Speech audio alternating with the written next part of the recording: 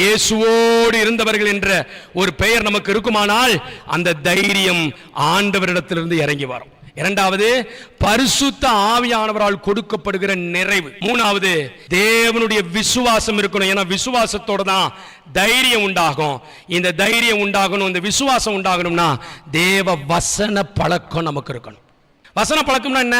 வசனத்தை வச்சு உன்னை ஃபேஸ் பண்றது, வசனத்தை வச்சு உன்னை ஜெயிக்கிறது, வசனத்தை வச்சு விசுவாசிக்கிறது, வசனத்தை வச்சு கிறிஸ்தவ வாழ்க்கையை கட்டுறது, வசனத்தை படிச்சு தியானிக்கிறது, வசனத்தை உள்வாங்கியது சுதந்திரிப்பதற்கு பிரயாசம் எடுப்பது, வசனத்தினாலே தேவ ஆசீர்வாதத்தை பார்ப்பது.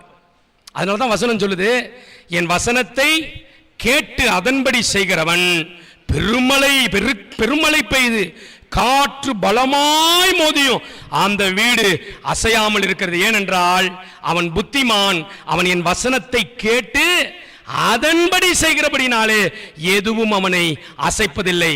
அவன் சிங்கத்தை போல தைரியமாய் இருக்கிறான்.